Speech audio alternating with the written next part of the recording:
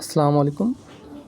আপনারা যে ভবনটি দেখছেন সেটি ছিল ফ্যাসিস্ট হাসিনার মেন কার্যালয়।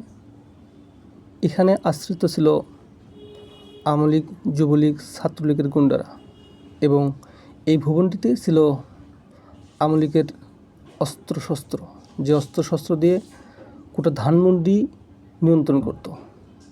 কিন্তু 5ই আগস্টের পর ফ্যাসিস্ট হাসিনা যখন এদেশ থেকে পালিয়ে গেল, তখন এই ভবনটি সাধারণ জনগণ দখল করে নিয়েছিল, ভেঙে চুরমার করে দিয়েছিল। বর্তমান আওয়ামী লীগ যেমন সারা দেশে দুর্গন্ধ ছড়াচ্ছে, তেমনি এই ভবনটিও দুর্গন্ধ ছড়াচ্ছে। আপনারা যদি ভিতরে একটু ভালোভাবে লক্ষ্য করেন, দেখতে পাবেন কত আবর্জনা। দুর্গন্ধ সেদিকে তাকানো যায় না, অথচ একসময় এই ভবনটি ছিল সাজসজ্জাময়। আওয়ামী লীগের এবং বাংলাদেশের যারা প্রভাবশালী ব্যক্তি ছিল, তারা এই ভবনটিতে আনাগোনা করত।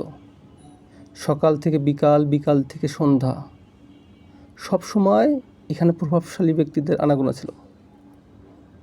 গত 5ই আগস্টের পূর্বে আমরা যারা আন্দোলন করেছি, তারা যখন এই ভবনটি অতিক্রম করতেছিলাম, তখন বুকের ভেতর ধুক করে উঠছিল। কেননা এই পথ দিয়ে যেসব পথযাত্রী অতিক্রম করত, তারা সবার ফোন চেক করত। যেসব ফোনে আন্দোলনের কোনো প্রমাণ থাকতো, তাদেরকে নানানভাবে হেনস্থ করত।